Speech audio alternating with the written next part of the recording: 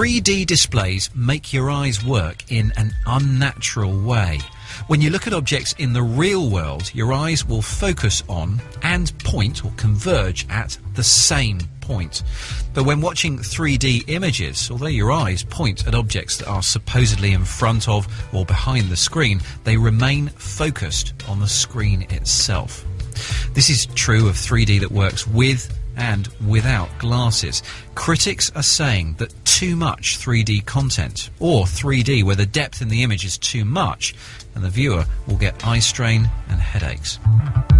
And as we saw recently on Click, several major manufacturers of 3D devices have responded to these concerns by advising that young children shouldn't watch 3D at all. Although the boss of DreamWorks Animation, Jeffrey Katzenberg, told me recently that he thinks the warnings are out of proportion. But some critics have suggested an alternative to the current 3D technology which won't cause eye strain. They say that the only way to do 3D properly is with holograms. This is a holographic TV.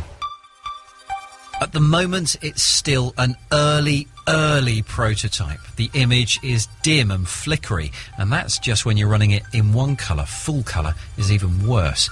But it can cope with either computer-generated images or video that's been shot using existing 3D technology, and it does look 3D when you sit in front of it.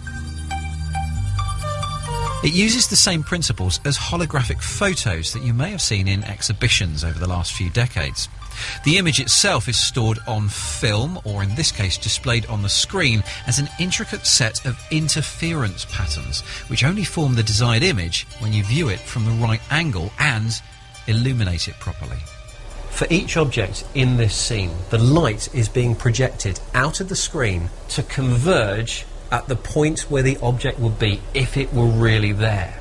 Now that means that my eyes can converge at and focus on the same point, which is what your eyes do in the real world when they're looking at a 3D object. It's not what they do when they're looking at traditional 3D, where they always have to focus on the screen but then swivel to somewhere way behind or way in front of the screen. What that means is with holographic TV you can bring the image way forward in front of the screen or way back behind it without causing eye strain.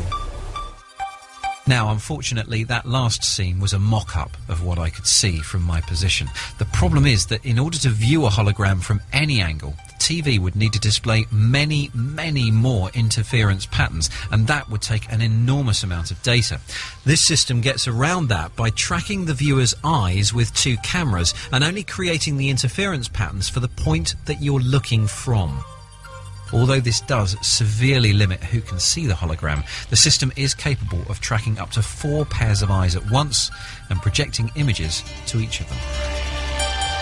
Now, although this is just a first-generation prototype, it does already generate a convincing 3D image. The next generation will apparently get rid of the flicker, and that includes when you're watching full-colour video, and it will also be a lot thinner because this has been cobbled together from a load of medical equipment, believe it or not. All the teething problems have to be sorted out by the end of 2012, because that is when the developers hope holographic TV will be going on sale.